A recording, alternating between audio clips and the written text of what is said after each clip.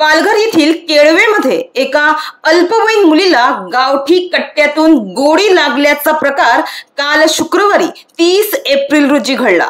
या तरुणीची प्रकृती गंभीर असून तिच्यावर बोईसर येथील अधिकारी लाईफलाईन या रुग्णालयात शस्त्रक्रिया करण्यात आली आहे। तर मागील आठवड्यात देखील केळवे येथे एका तरुणीचा एका महिलेचा रिसॉर्टमध्ये मृत्यू झाल्याने खळबळ उडाली होती आणि आता या गोळीबाराच्या घटनेने केळवे परिसरात खळबळ उडाली आहे।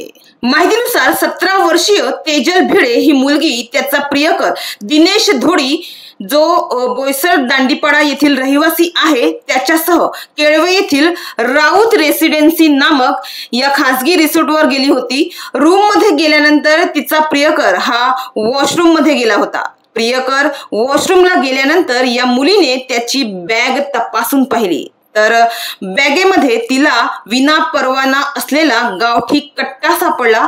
गावठी कट्टा तिने बाहेर काढला आणि त्याची ती पाहणी करत होती। नेमके त्याच वेळी या मुलीकडून चुकून ट्रिगर दाबला गेला आणि गोळी सुटली। मात्र या दुर्घटनेत तेजल ही गंभीर जखमी झाली।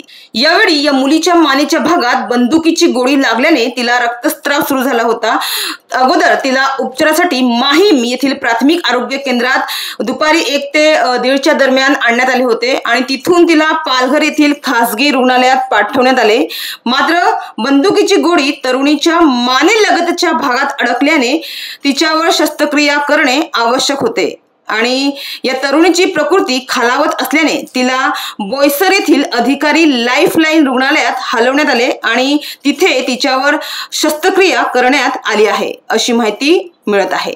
दरम्यान या मुलीच्या प्रियकराला पोलिसांनी ताब्यात घेतलं असून या प्रकरणात पालघर पोलिसांकडून पुढील कार्यवाही सुरू आहे। मात्र या घटनेमुळे पालघरमध्ये एकच खळबळ उडाली आहे। मागील आठवड्यात याच केळवे पर्यटन स्थळी एका विवाहित महिलेचा संशयास्पद मृत्यू झाला होता। त्यामुळे येथील रिसॉर्ट आणि हॉटेल चालक आपल्या रिसॉर्टमध्ये रूम्स देताना योग्य ती कागदपत्रांची पडताळणी करत नसल्याने असे प्रकार वाढत असल्याचे आता सांगितलं जातंय। तर पालघर येथे नव्याने दाखल झालेले पोलीस अधीक्षक यतीश देशमुख यांनी पालघर जिल्ह्यामध्ये कोणताही गैरप्रकार खपून घेतला जाणार नाही असे सर्व पोलीस स्टेशनच्या प्रभारी अधिकारी यांना तंबी देताना सांगितलं। मात्र ते रुजू झाल्यानंतर आठवड्याभरातच ही घटना घडल्याने आगामी काळात पोलिसांकडून केळवा व इतर पर्यटन ठिकाणी सुरक्षिततेच्या दृष्टिकोनातून ठोस उपाययोजना केल्या जातील अशी शक्यता आहे।